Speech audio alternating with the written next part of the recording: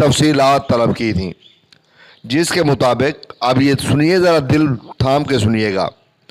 جس کے مطابق ای او بی آئی کے ایک سابق چیئرمین ظفر اقبال گوندل نے مالی سال 2010-11 کے دوران تفریح کلب فیس کی مد میں یہ جناب بنتی ہے رقم 6 لاکھ روپے،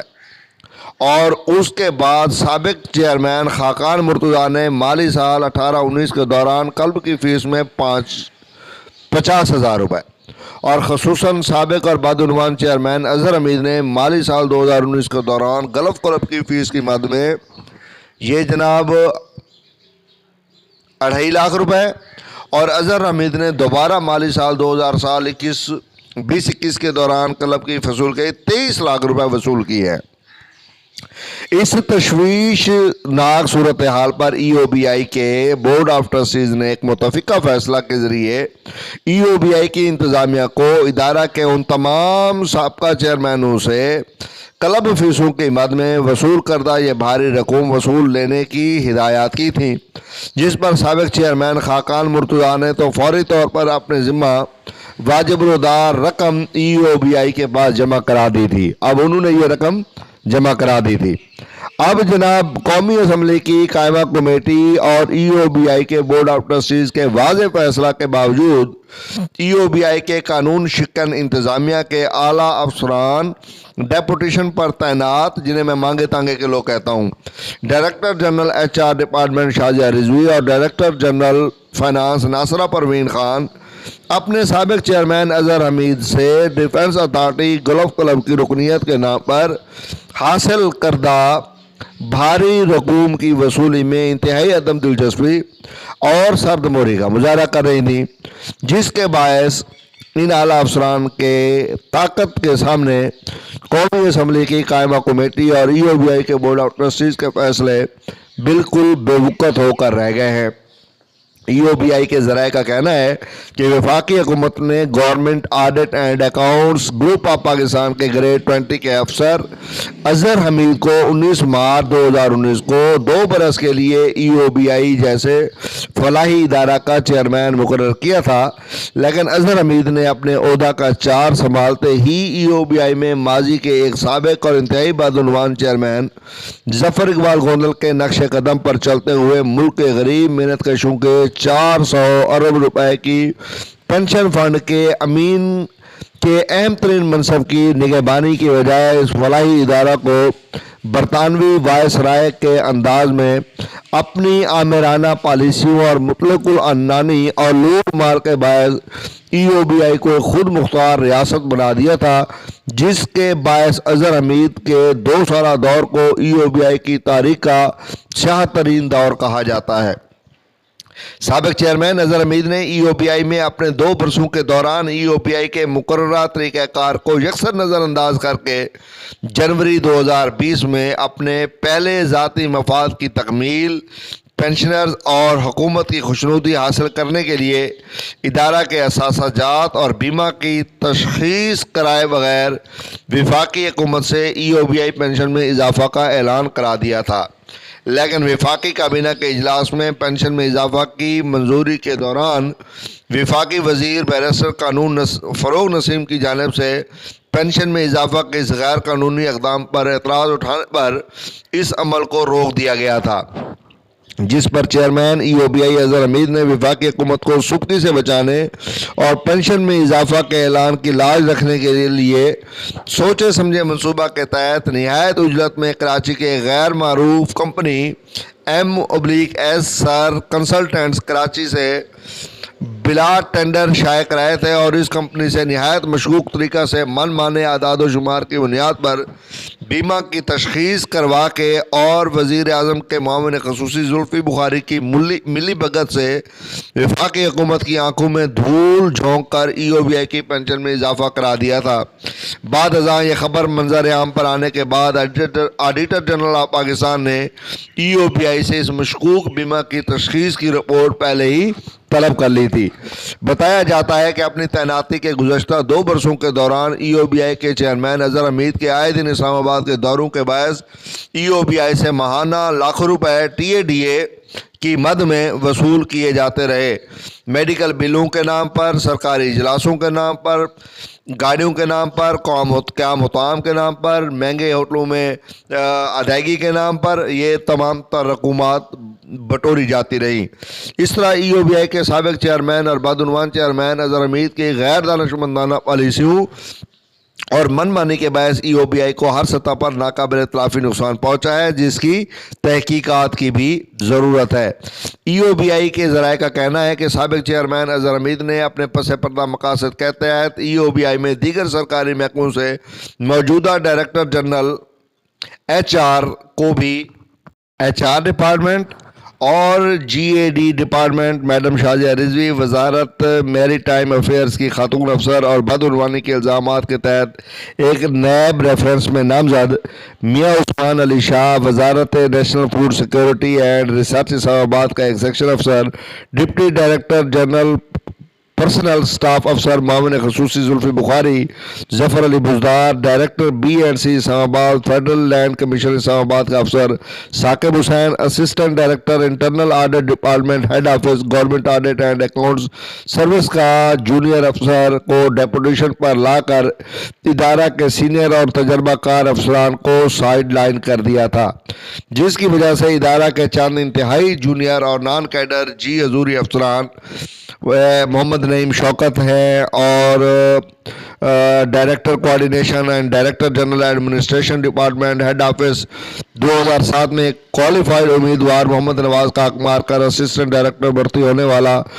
سندھ شہری کے ڈومیسائل کا حامل ہونے کے باوجود غیر قانونی طور پر سندھ دہی کے کوٹا پر بھرتی ہونے والا میڈم نصرت اقبال، قائم مقام ڈائریکٹر ایچ آر ڈپارٹمنٹ شفیق احمد پتر، قائم مقام ڈائریکٹر فائنانس ای او بی آئی میں ہر غیر قانونی ادائیگیوں کا سب سے بڑا سہولت خار خالد نواز مروت، قائم مقام ڈپٹی ڈائریکٹر جنرل مشکوک ایم بی اے کی ڈگری کے نام پر غیر قانونی طور پر ای او بی آئی سے لاکھوں روپے کے بقایا جات وصول کرنے کے اسکینڈل میں ملوث افسر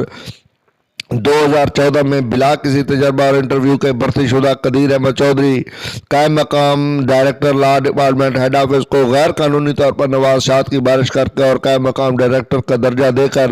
اور 2014 میں بلا کسی تجربہ اور انٹرویو کے بھرتی ہونے والا جونیئر اور نان کیڈر افسر کو بیک وقت 5 نہایت کلیدی عہدوں پر تعینات کر کے E O B I head office میں اپنا ایک منظم نیٹ ورک قائم کر لیا تھا۔ یہ تمام کے تمام جی حضوری افسران اظہر حمید کھوکھر کو ان کے ریٹائرمنٹ کے دن، یہ یاد رکھیے، 23 لاکھ روپے کی 2 ادائیگیوں میں بری طرح ملوث تھے۔ واضح ہے کہ 18 فروری 2021 کو اظہر حمید کو 2 علیحدہ چیکوں کے ذریعے 23 لاکھ روپے کی 2 ادائیگیاں کی گئی تھیں۔ ان میں ایک check defence authority contribution and golf club کی رکنیت فیس کا، جبکہ دوسرا چیک اظہر حمید کی ایل پی آر اور اپیلیٹ اتھارٹی کی فیسوں کے متعلق تھا، لیکن اظہر حمید کی جی حضوری افسران نے 23 لاکھ روپے کے دوسرے چیک کو بورڈ آف ٹرسٹیز سے جان بوجھ کر پوشیدہ رکھا تھا۔ وزارت کے سیکرٹری اور ای او بی آئی کے بورڈ آف ٹرسٹیز کے صدر عشرت علی نے ای او بی آئی کو سابق اور بدعنوان چیئرمین اظہر حمید کی باقیات سے پاک کرنے کا عزم کر رکھا ہے، جس کے تحت انہوں نے منسٹری کا چارج سنبھالنے کے فوراً بعد انہوں نے نہ صرف سابق اور بدعنوان چیئرمین اظہر حمید کو ای او بی آئی میں دوبارہ کانٹریکٹ پر 3 برسوں کے لیے مسلط ہونے کی چال کو بری طرح ناکام بنایا،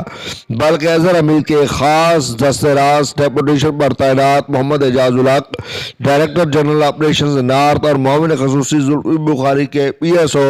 میاں عثمان علی شاہ کی بھی چھٹی کر کے ان کا اصل محکمہ نے واپس بھیج دیا۔ ای او بی آئی کے ملازمین نے منسٹری کے اصول پر سیکرٹری اور بورڈ آف ٹرسٹیز کے صدر عشرت علی سے اپیل کی ہے کہ وہ ای او بی آئی کو کرپشن سے مکمل پاک کر کے اظہر حمید کی باقیات اور اس کے ذاتی مفادات کے محافظ ڈائریکٹر کوآرڈینیشن کارپوریشن سمیت ان تمام افسران کو فوری طور پر انتہائی کلیدی عہدوں سے ہٹانے اور ان کے خلاف سخت کارروائی کا مطالبہ کیا ہے۔ دلچسپ بات یہ ہے کہ قومی اسمبلی کی قائمہ کمیٹی اور ادارہ کے بورڈ آف ٹرسٹیز کے واضح احکامات کے بعد ڈائریکٹر جنرل HR ڈپارٹمنٹ اور Nasira Parveen Khan director general finance head office نے اپنی تسلی بخش سالانہ خفیہ رپورٹ لکھوانے کے ذاتی مفادات کے تحفظ کی خاطر قانونی وصولی کا خط اپنے دستخطوں سے ارسال کرنے کی بجائے غیر قانونی طریقہ کار اختیار کرتے ہوئے فائنانس ڈپارٹمنٹ کے ایک فرشناس افسر لیکن جونیئر افسر عامر جاوید ڈپٹی ڈائریکٹر سے سابق چیئرمین اظہر حمید کو خط ارسال کرایا، لیکن اظہر حمید نے اس خط پر کوئی توجہ نہ دی، جس پر سابق چیئرمین اظہر حمید کو دوبارہ